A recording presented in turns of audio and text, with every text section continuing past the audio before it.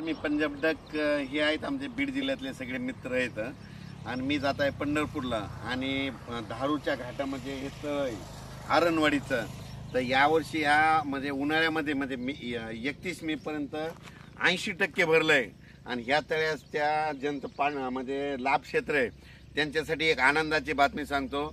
आता 12 ते 20चा जे पाऊस येणार आहे म्हणजे 12 जून ते 20 जून याच्यामध्ये हे 100% भरून जाणार आहे आणि याच्यावर लोंढवून पाणी जाणार आहे म्हणून हा अंदाज लक्षात येतो. पण राज्यातल्या सर्व शेतकऱ्यांना सांगू इच्छितो, आज आहे 7 जून, 7, 8, 9, 10 दररोज पाऊस वाढत जाणार आहे. पण 12 जून ते 20 जून हेवी रेन इन महाराष्ट्र म्हणजे महाराष्ट्र सगळीकडे मुसळधार पाऊस पडणार आहे 12 ते 20 म्हणून सर्व शेतकऱ्यांनी काय करायचं, शेतीचे काम आटपून घ्या.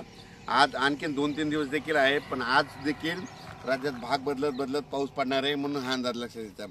त्याच्यानंतर 12 ते 20चा पाऊस पडणार आहे.